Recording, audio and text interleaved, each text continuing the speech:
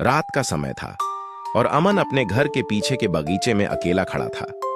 यह वही बगीचा था जहां उसने बचपन में खेला था, लेकिन अब यह जगह वीरान और डरावनी लग रही थी। हवा में एक अजीब सी सर्दी थी और चंद्रमा की रोशनी में पेड़ों की परछाइयां अजीबो गरीब आकृतियां बना रही थीं। अचानक अमन को लगा कि कोई उसे देख रहा है। उसने मुड़कर देखा, लेकिन वहां कोई नहीं था। फिर भी एक अजीब सी बेचैनी उसके मन में घर कर गई। वह पेड़ के पास गया जहां से उसे यह आभास हो रहा था। जैसे ही वह पेड़ के करीब पहुंचा, उसे वहां जमीन पर एक पुरानी जर्जर सी चिट्ठी दिखाई दी। उसने चिट्ठी उठाई और पढ़ने लगा। चिट्ठी में लिखा था, अगर तुम यह पढ़ रहे हो तो इसका मतलब है कि तुम भी अब उस रहस्य का हिस्सा बन चुके हो जो इस बगीचे में दफन है।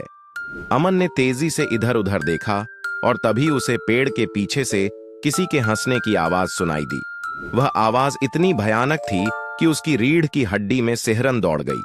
अचानक पेड़ की जड़ें अपने आप हिलने लगीं और अमन को अपनी जगह से खींचने लगीं।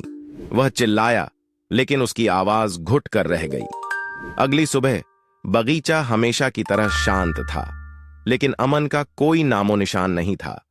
पेड़ के नीचे अब भी वही चिट्ठी पड़ी थी, मानो किसी और का इंतजार कर रही हो।